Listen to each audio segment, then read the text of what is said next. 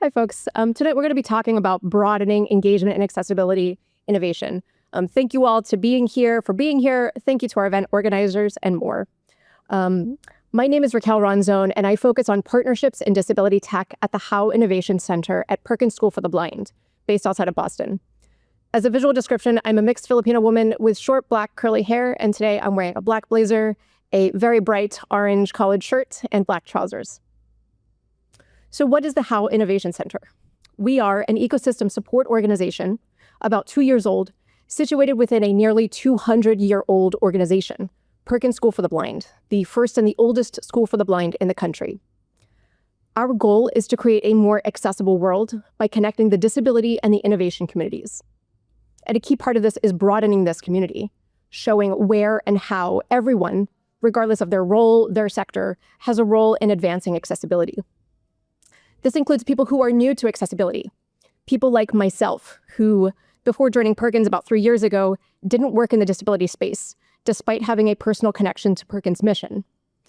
I was born with retinopathy of prematurity as a result of being born 4 months premature. That means that my retinas didn't develop typically. I've had about 10 eye surgeries. I wear glasses, contacts, have situational help. And in doing this work, I want to bring more people into this conversation and show where and how they can get involved. So when we talk about a disability tech innovation ecosystem, what do we mean? We can think about it as one centered around people with disabilities and their allies, and around them are all ecosystem stakeholders. That includes startups, academia, researchers, investors, corporates, testbeds, government, and more. Overall, we want to ensure that better co-designed products make it to market, products that meet the real-world accessibility needs of the disability community. So how do we do it? Tonight, as part of our conversation on broadening engagement, we're going to share 3 ways that we at the Howe Innovation Center have found success in broadening this community. So first is by reaching technologists, stepping beyond the accessibility space to talk to the people who are building tech, informing and advising on tech policy. That includes people who are doing it currently, as well as pre-professionals, students from grade school, high school, college, and more. So how do we do it? First, we deliver programming that solves entrepreneurs' problems. So for example, we at the Howe Innovation Center recently partnered with Mass Challenge, one of the world's largest startup accelerators, headquartered in Boston. We featured a disability tech carve-out among their cohort of over 100 startups. Additionally, we offered human-centered design training to all 120 startups in their cohort because we know that accessibility is important to embed across sectors. So we wanted to reach people who are building medtech, fintech, and more, and show them that accessibility matters. Next is a project that we're undertaking called Pilot with Perkins to understand our own innovation needs and to figure out how do we matchmake with corporates and startups working in that space.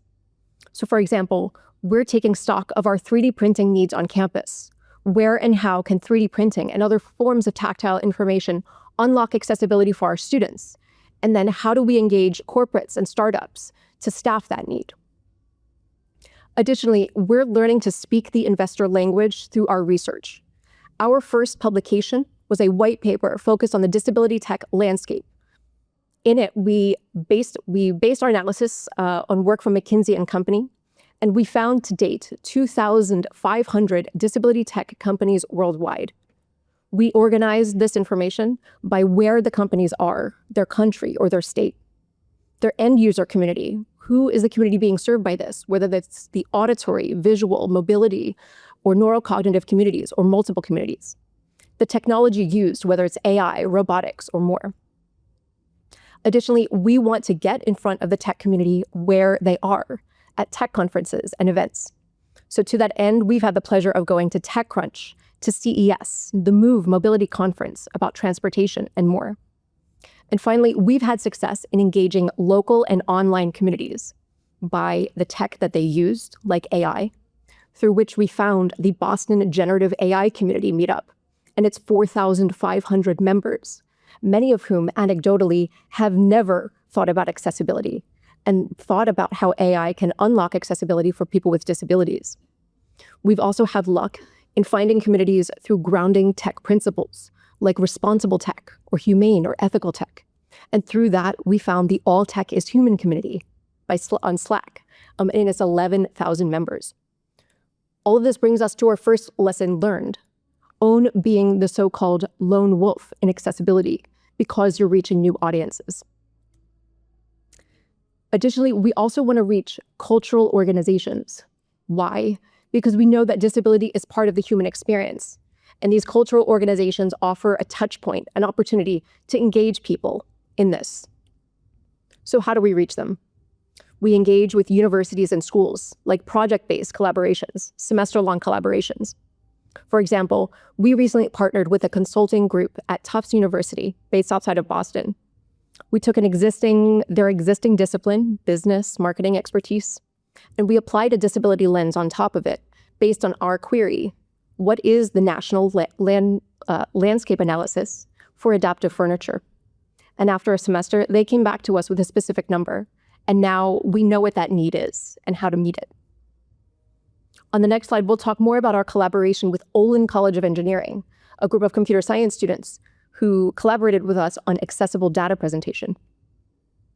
Additionally, we've had success in engaging libraries, museums, makerspaces. We seek out participation opportunities on panels, and we encourage others in the space to do so as well.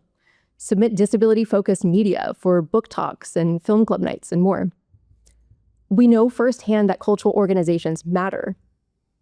We're engaged in a partnership with the Museum of Science to inform their content and programming on disability. To that end, we've had 2 events to date. One focused on the disproportionate effect of climate change on people with disabilities, an opportunity to engage the STEM community who might not have considered this before.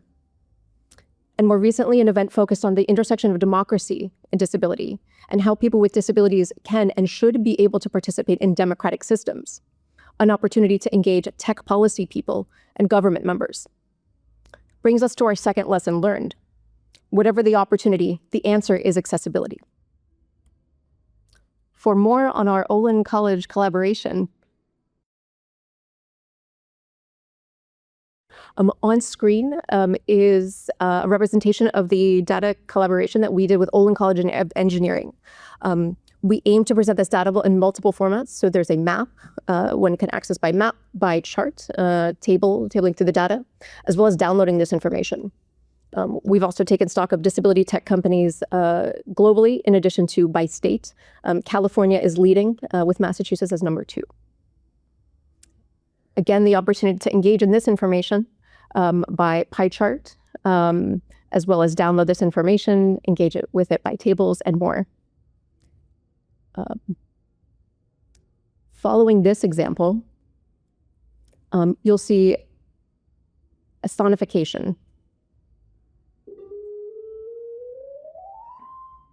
The use of sound to represent growth in disability tech companies over time.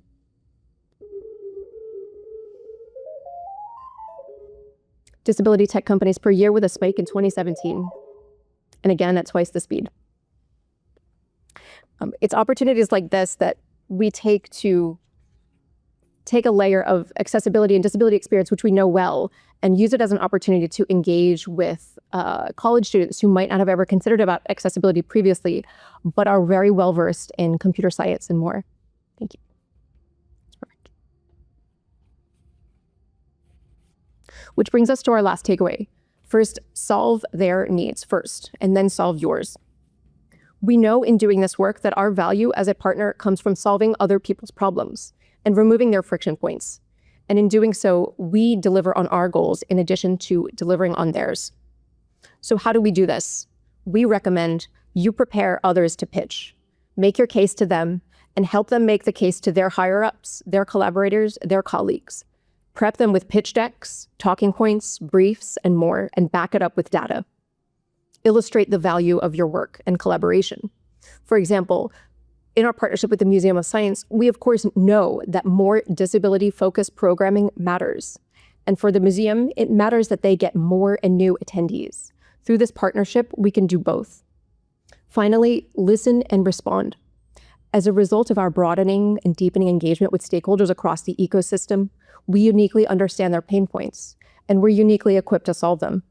So we at the How Innovation Center are really excited to share that we're building 2 things. One is a user testing pool to streamline testing among the disability and the innovation community.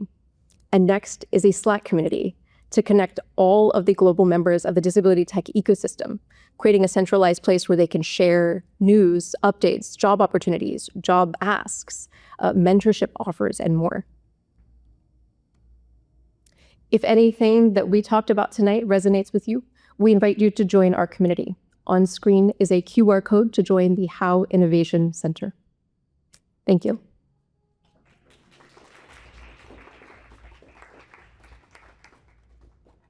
What helps to get more people on board with accessible innovation? It's a good question, and one that we face every day. I would say to that end, we recommend making it tangible and speaking people's language. And I can share two examples, one that we learned and one that I learned along the way. So one is I speak to a lot of students, grade school students, high school students, college students. And every time I speak to them, I take a baseline question. I ask everyone in the room who has proximity to disability, whether their own or loved ones, who has experience or context for accessibility. And the third question, who has ever used disability tech? And in the course of my presentations, in the course of speaking to them, when I unpack what that means, what each of these terms mean, disability, accessibility, and disability tech, which we how define as any products and services that advance accessibility, it changes the conversation. When I ask them as a follow-up question, who has ever used a text message? Who has ever used touchscreens? These are innovations that came from the deaf and hard of hearing community and the mobility community, respectively. So touchscreens, that foundational technology that sits behind everything that we use today, came from a grad student who had carpal tunnel syndrome and needed to complete his thesis. So that made it real for them. So after one such presentation, when I talked about this, students who had said that they have no experience in accessibility, no proximity to disability, came up to me and said, "We are student athletes. And now, of course, we know what accessibility means, because when we got injured, we had to go to the one dorm on campus that was accessible. And we had to explain to our professors why we needed extra time to get on campus." And as a way of making it tangible, sort of in a meta way for their professors, they said, "Come, professor, come take this journey with me as I go from my dorm to your classroom, and you will understand why I need this extra time." So I'd recommend making it tangible and speaking people's languages to try to find a touch point and a common point to make it real for them.